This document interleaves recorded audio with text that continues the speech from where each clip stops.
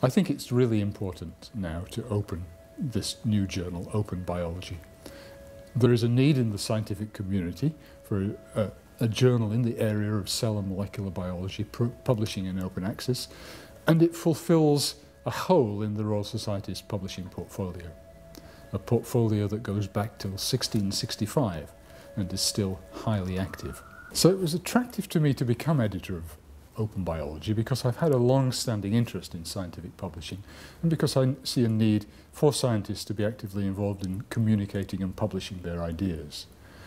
Doing something with the Royal Society also had its attractions because of the scientific fellowship and the huge expertise that the Society has in this particular area. Not only that, it also finances research in many of these areas. So here was a huge amount of experience that we could tap into. And the model is very different in scientific publications in the Royal Society in that the editorial board of the journal will play a much more important role. They'll be actively involved in inviting reviewers to referee papers and be involved in all of the activities of the journal. So there'll be a lot of support from that side. So my vision for the journal is to have an open access journal that covers a very broad church of cellular and molecular biology.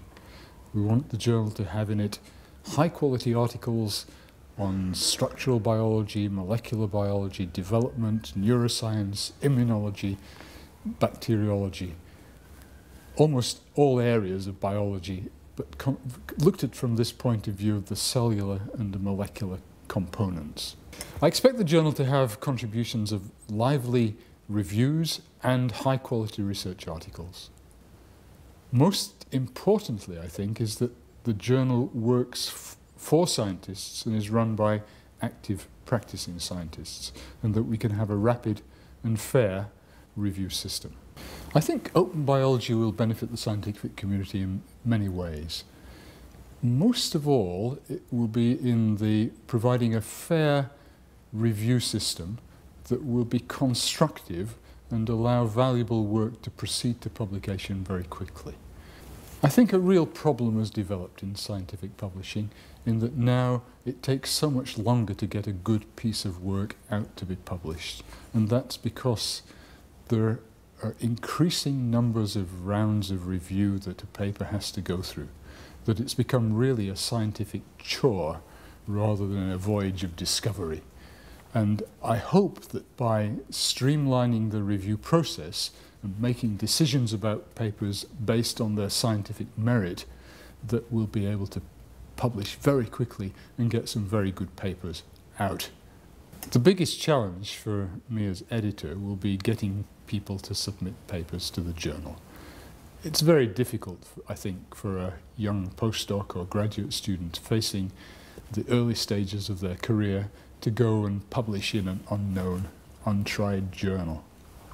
I remember back to my own times as a postdoc when my advisor had the great courage to publish in an unknown journal called Cell. And this was a very good decision, as it turned out, and there were many other papers that followed in that journal that took it to the ranks that we all know it has these days. The difficulty will be to persuade my colleagues to do the same thing and to publish in Open Biology. I feel that they will, because there is a need for this journal in the community. A big problem that we have is this vicious circle whereby postdocs and students feel they have to publish in the high-ranking journals to be able to secure their promotion or their next job.